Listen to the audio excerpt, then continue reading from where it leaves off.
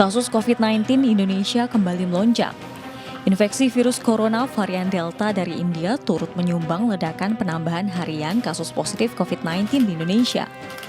Varian virus corona Delta dari India disebut lebih mudah menularkan COVID-19 serta dapat meningkatkan risiko perawatan rumah sakit hingga 2 kali lipat. Kelompok kerja genetik Fakultas Kedokteran, Kesehatan Masyarakat, dan Keperawatan Universitas Gadjah Mada menemukan sejumlah fakta baru terkait virus corona varian Delta dari India. Hasil uji coba laboratoris menyebut varian Delta India mampu menurunkan kemampuan respon sistem imun manusia. Dampaknya adalah orang akan lebih mudah terpapar, meskipun sudah divaksinasi atau sudah pernah terinfeksi positif sebelumnya. Selain menurunkan respon imun, varian Delta India juga terbukti lebih cepat menyebar hingga 60% dibandingkan varian lain. Meski demikian, belum ditemukan penelitian terkait korelasi tingkat kematian seseorang yang terinfeksi varian Delta. Nah, varian Delta itu minimal 2 ya, transmisinya itu meningkat jelas, lebih cepat menular. Dan kedua, dia memang bisa menurunkan respon imun kita terhadap infeksi, sehingga mudah terinfeksi kembali kalau sudah terinfeksi. Varian Delta virus corona hingga saat ini ditemukan di Jakarta, Kudus, dan Bangkalan, Madura. Warga diminta tetap menerapkan protokol kesehatan ketat dengan memakai masker, mencuci tangan, dan menghindari kerumunan. Corona bermutasi, efek vaksin dinanti. Akan jadi topik kita kali ini di Indonesia Bicara. Ya, pemirsa, kondisi pandemi di tanah air semakin mengkhawatirkan. Rekor penambahan kasus COVID-19 terjadi pada pekan ini, padahal vaksinasi kini tengah berjalan namun serangan mutasi virus corona dengan varian baru seolah tak terbendung. Saya Herjuno Syaputra, kita akan berbincang lebih jauh dalam Indonesia Bicara malam ini terkait corona bermutasi, efek vaksin dinanti. Dan di segmen awal Indonesia Bicara ini saya akan berbincang dengan satu narasumber, yaitu ada Dr. Tirta melalui sambungan Zoom call, dokter relawan COVID-19. Halo Dr. Tirta, bisa dengar suara saya? Bisa. Iya, apa kabar dok? Salam sehat. Alhamdulillah baik. Alhamdulillah baik. Oke, dok, kita lihat kondisi untuk saat ini. Sebenarnya sudah bisa diprediksi ketika larangan mudik disebutkan beberapa waktu lalu banyak mobilitas yang memang tidak terbendung, banyak yang ngeyel seperti itu. Dok, dan juga banyak prokes dilanggar di tempat publik, tidak pakai masker. Tanggapan Anda melihat kondisi saat ini secara umum seperti apa, dok? Kalau tanggapan saya sih melihat kondisi seperti ini adalah yang pertama, memang keadaannya kita tidak menakuti ya. Jadi kalau bagi orang-orang yang nggak percaya COVID kan bilang ini narasi menakuti. Betul. Gitu kan. Jadi kalau dari kami sendiri tidak ada satupun niat untuk menakuti.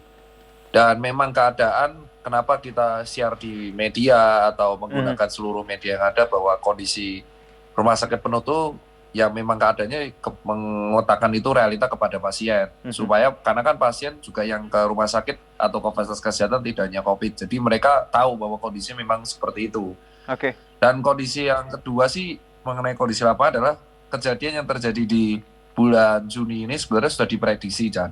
Iya. Bahwa larangan mudik itu sejatinya kan hanya memindah keramaian yang awalnya di mudik tapi menjadi molor setelah larangan mudik selesai, orang pada mudik. Betul. Nah, kita tahu bahwa kebijakan yang terjadi adalah mentok-mentoknya pasti PPKM. Karena kalau kita menggunakan istilah lockdown atau PSBB total di tahun 2021 itu sangat sulit dilakukan. Baik. Oke, dok, kalau kita melihat kondisi, ya saya setuju dengan dokter bahwa banyak masyarakat yang mungkin masih tidak percaya COVID, tapi inilah fakta yang kita bisa hadirkan bahwa pekan ini hampir fasilitas kesehatan kita kolaps, Wisma Atlet penuh dan beberapa rumah sakit di daerah juga kewalahan. Jadi, iya, jadi sejatinya ketika PPKM Mikro ini diperketat, saran sih 3T-nya juga diperketat ya. Baik. Dan itu saran yang udah kita ulang-ulang dari tahun lalu, tapi kita tunggu saja apakah 3T ini diperketat. Kalau yang terakhir adalah kita kalau melihat lapangan yang penuh itu adalah di Jepara, Kudus, Pati, Kendal. Baik. Itu bisa dikarenakan karena memang mudik. Yang kedua memang fasilitas kesehatannya tidak selengkap di Jakarta. Gitu. Jadi mungkin itu bisa menjadi perhatian bagi teman-teman Kementerian Kesehatan agar kedepannya supaya tidak terjadi fasilitas kesehatan itu paling nggak merata lah, terutama ICU dan ruang isolasinya. Oke, kalau kita bicara Jakarta, Dok, bahwa kita lihat bagaimana Jakarta dengan tingkat yang tadi jumlah yang signifikan tertinggi di Indonesia menyumbang 5.000, 4.000 kalau saya tidak salah. Anda melihat bagaimana kepatuhan warga Jakarta? Kalau saya pribadi, saya geleng-geleng kalau lihat di public places, Dok, mulai dari tempat olahraga yang ya katanya gymnya mahal tapi banyak yang nggak pakai masker, terus juga mal-mal besar gitu. Anda melihat bagaimana kepatuhan warga Jakarta ya, penyumbang angka tertinggi?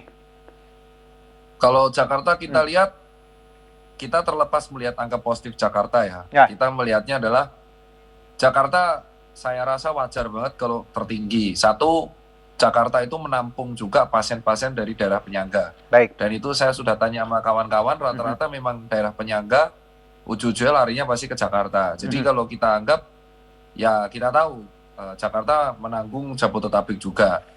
Yang kedua adalah memang Jakarta di sini kan mobilitas warganya sangat tinggi. Jadi kalau kita lihat ada KRL, ada busway, ada transportasi umum, ada pasar gitu. Jadi sangat-sangat mungkin banget kalau ini tertinggi karena ya orang yang kerja di Jakarta Pusat mungkin bisa rumahnya di Bekasi, dia naik transportasi umum dan dia bisa kalau kena varian Delta akan sangat mudah menularkan. Yang ketiga, kepatuhan protokol itu tidak hanya di Jakarta sih Mas.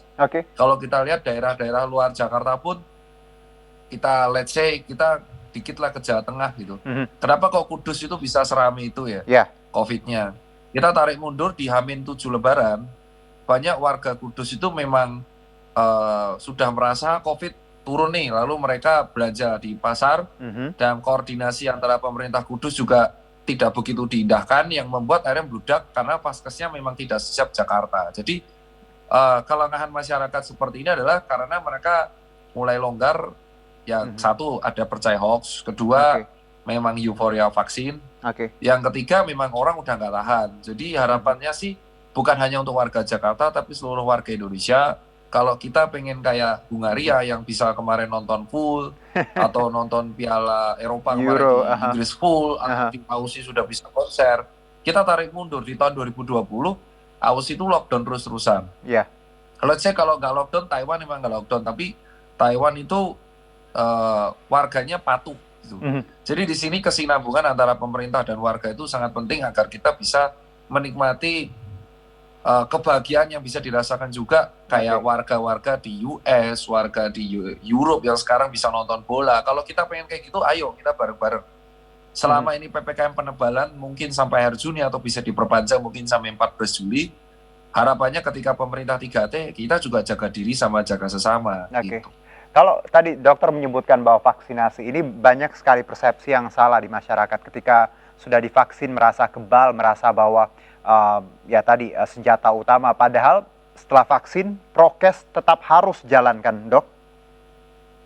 Iya, jadi kalau problem utama kita itu adalah kita memang salah menerima informasi ya dari tahun lalu bahwa kalau kita vaksinasi itu kebal gitu. Padahal kan sebenarnya program vaksinasi atau imunisasi kan sudah diajarkan kita sejak kita dini ya kan. Betul. Di lewat posyandu kan ada namanya imunisasi. Kalau kita bayi baru lahir harus diinjeksi vitamin K atau hepatitis. Lalu ada injeksi pentabio, salah satunya adalah injeksi BCG. Semua vaksinasi yang ada itu kan konsepnya kayak helm ya. Kalaupun orang pakai helm kan tidak bisa menghindar dari kecelakaan. Ya kan, tapi kan amit-amit kecelakaan kita nggak menerima namanya cedera kepala berat. Nah, vaksinasi itu melindungi kita dari gejala berat. Jadi kalau teman-teman tahu, banyak warga ini kena COVID, tapi IGD itu dia ramai dengan gejala ringan sedang. Itu kalau nggak vaksinasi, itu bisa jeblok itu semua gejala berat. Tapi kan tetap aja namanya manusia tuh banyak ya, di Indonesia ada 270 juta. Dan yang terjadi karena ini spike, jadi terjadi lonjakan penularan yang sangat-sangat tinggi. Walaupun untuk gejala sedang, itu juga mengganggu pelayanan rumah sakit karena antri. Dan sehingga mengakibatkan pasien-pasien lain susah dapat rumah sakit. Contoh hari ini manajer saya kena gejala apendisitis atau usus buntu. Ya kan? Dan susah banget cari rumah sakit selama 3 hari, sampai akhirnya hari ini cek lab, saya minta leukositnya tinggi banget. Baru hari ini dapat rujukan di sebuah IGD. Dan dokternya pun ngomong, untung kamu cepet ya.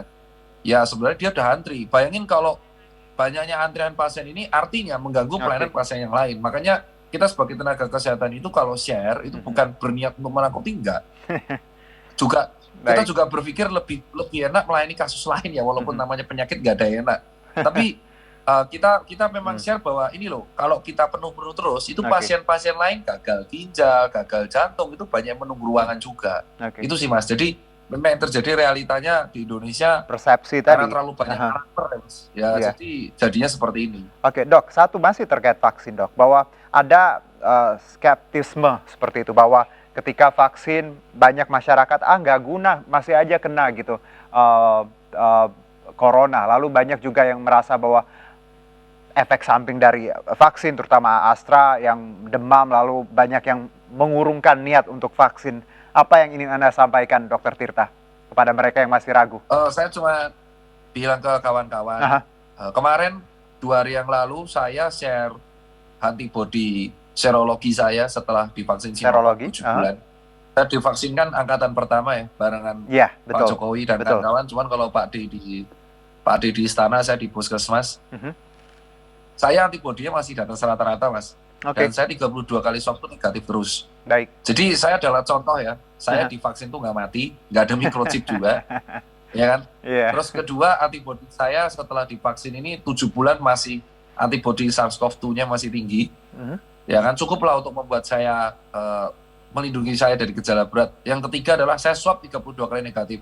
Saya akuin saya juga masih sering lupa gitu, kayak kadang 2 menit lupa pakai masker, pengap, saya copot dikit, gitu kan, ditegur.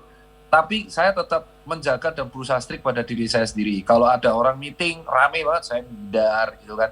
Mau dicap nggak, anak nongkrong juga nggak masalah gitu. Meeting pun saya menghindar banget sekarang. Saya hanya ke toko balik. Endingnya, impact-nya apa? Ya. Saya dan seluruh tim sus and care pegawai saya itu belum pernah ada yang kena COVID.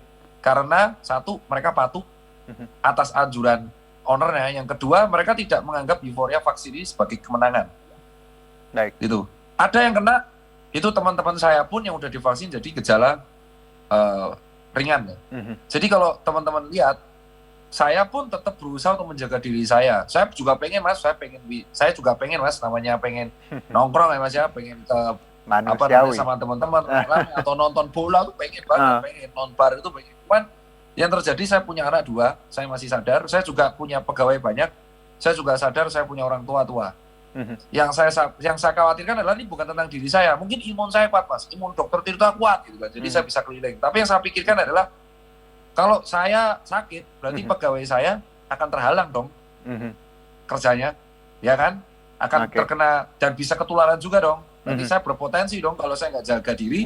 Mungkin saya kuat, tapi saya bisa menularkan ke pegawai saya. Kedua, saya mungkin bisa nularin ke anak saya atau keluarga saya. Nah, makanya yang saya bilang adalah di dalam COVID kayak gini, pentingnya itu bukan soal aturan lagi, tapi soal kesadaran bahwa mungkin kita tuh kalau nggak kena ada 3 kemungkinan. Satu, imunmu kuat. Kedua, emang imunmu kuat. Yang kedua, memang kamu pernah kena tapi nggak sadar dan kembali lagi prokesmu sangat taat berarti. Yang ketiga, emang udah beruntung. Nah, kalau kamu ke faktor ketiga beruntung, ya jangan malah nantang. Loh, aku nggak kena nih. Ya kamu harusnya menjaga orang lain di luar sana yang kurang beruntung. That's it, Mas. Baik. Dokter Tirta luar biasa, semoga semangatnya nular untuk yang nonton bahwa ini bukan soal diri Anda sendiri tapi orang-orang di sekitar Anda yang Anda sayangi ya Dok ya. Terima kasih Dokter Tirta atas insight-nya, selamat bertugas kembali. Salam sehat. Baik, demikianlah segmen awal Indonesia Bicara, kita akan kembali sesaat lagi.